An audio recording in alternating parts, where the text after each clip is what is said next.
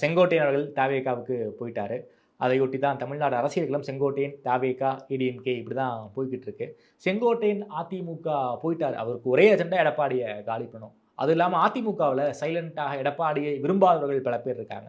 அவர்கள் எல்லாரையுமே வந்து தாவேகாவுக்கு கொண்டு வருவதற்காக செங்கோட்டையனுக்கு ஒரு அசைன்மென்ட் குடுத்துருக்காங்க. அப்படிங்கிற டோன்ல பலரும் பேசிக்கிட்டு இருக்காங்க. அது உண்மைதானா?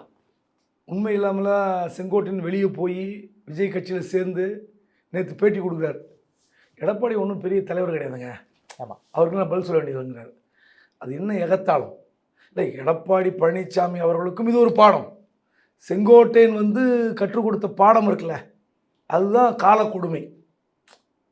ஏன்னா அவர் எல்லாருமே லெஃப்ட் ஹேண்டில் டீல் பண்ணார் எடப்பாடி.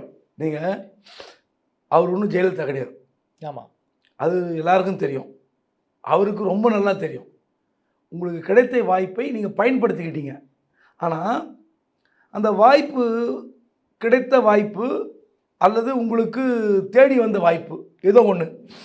இப்படி இருக்கும்போது நீங்கள் ஏற்கனவே உங்கள் மேலே வந்து துரோகி, சசிகலாவுக்கு துரோகம் பண்ணிட்டீங்க, டிடிவி தினகரனுக்கு துரோகம் பண்ணிட்டீங்கன்னு சொல்கிறாங்க. அப்போது அந்த 2 பேரை விட்டுருங்க. அந்த 2 பேர் வந்து உண்மையிலே அரசியலுக்கு அப்பாற்பட்டவர்கள், நிழலில் இருந்து ஆட்டி படைத்தவர்கள்.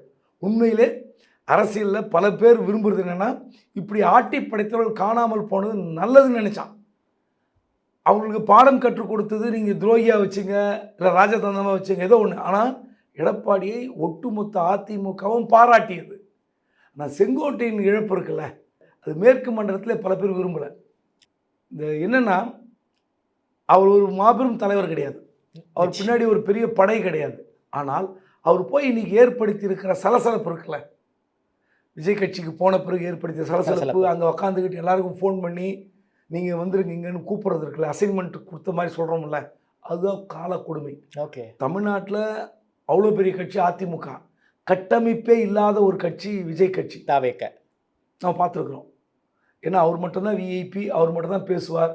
எங்கே போனாலும் ஒரு கூட்டம்னா முன்னாடி யாரும் 4 பேர் பேசுவாங்கள்ல, விஜய் கட்சியில் அப்படி எங்கேயா பார்த்துக்கிறீங்களா?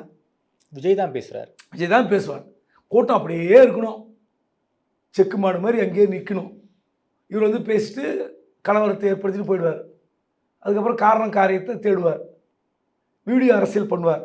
அப்படிப்பட்ட ஒரு கட்சிக்கு இன்றைக்கி கட்டமைப்பு உருவாக்கக்கூடிய அளவுக்கு செங்கோட்டையன் போய் உட்காந்துக்கிட்டு வேலை செய்கிறாருன்னா, அது எடப்பாடிக்கு கிடைத்த மிகப்பெரிய பாடம்.